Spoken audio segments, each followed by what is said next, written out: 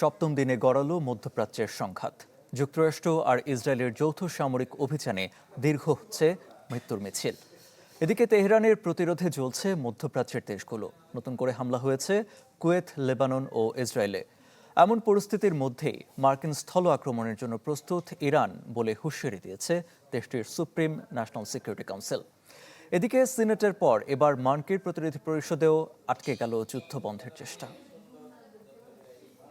Optical ব্রাইটেনার, colour guard এবং dirt lock সমৃদ্ধ advance ফর্মুলায় এলো নতুন রে ডিটারজেন্ট পাউডার। একদিকে দুই শক্তিধর রাষ্ট্রের যৌথ হামলা, অন্যদিকে রুখে দাঁড়ানোর দৃঢ় প্রত্যয়।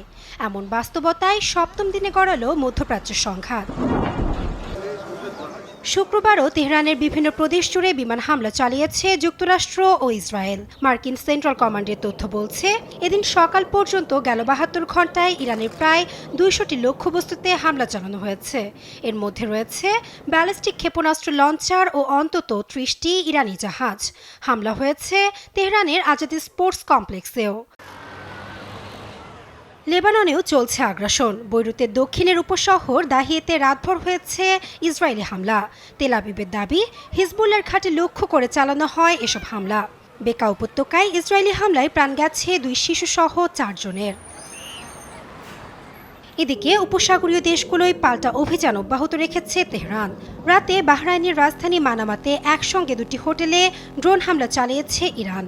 এছাড়া সেখানকার একটি বাড়িতেও হয়েছে হামলা। এতে অবকাঠামোগত ক্ষতি হলেও কোনো প্রাণহানির তথ্য মেলেনি।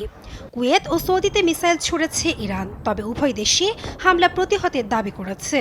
শুক্রবার তেল আবিব সহ ইসরায়েলের মধ্যাঞ্চলেও আঘাত হানে ইরানি ড্রোন ও ক্ষেপণাস্ত্র। এমন পরিস্থিতির মধ্যে কুয়েতে দূতাবাসের কার্যক্রম স্থগিত করেছে যুক্তরাষ্ট্র। মধ্যপ্রাচ্যে চলা এই উত্তেজনাকর পরিস্থিতির মধ্যে বিশ্বের বিভিন্ন দেশে থাকা ইরানি কূটনীতিকদের বর্তমান সরকারের পক্ষ ত্যাগ করে রাজনৈতিক আশ্রয় নেওয়ার আহ্বান জানিয়েছেন ডোনাল্ড ট্রাম্প। সেই সঙ্গে ইরানের সশস্ত্র বাহিনীকেও অস্ত্র সমর্পণের আহ্বান জানান তিনি।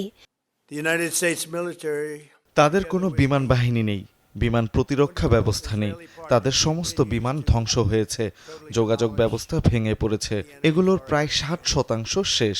এরপরও তারা লড়াই করতে চাচ্ছে, তারা এখন চুক্তি করতে চাচ্ছে, কিন্তু আমি বলেছি তারা বড্ড দেরি করে ফেলেছে। এদিকে ইরানের সাথে যুদ্ধ সামনে আরও জোরালো হবে বলে মন্তব্য করেছেন মার্কিন প্রতিরক্ষা মন্ত্রী পিট হেগসেথ। জানান, ইরান অভিযানে গোলাবারুদের কোনো ঘাটতি নেই।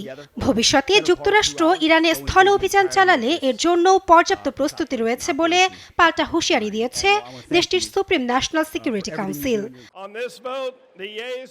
এদিকে সিনেটের পর এবার মার্কিন প্রতিনিধি পরিষদেও ইরান যুদ্ধ বন্ধের চেষ্টা আবারও ব্যর্থ হয়েছে। ২১৯-২১২ ভোটে বাতিল হয় যুদ্ধ বন্ধের প্রস্তাব। নাসরিন আক্তার, চ্যানেল 24।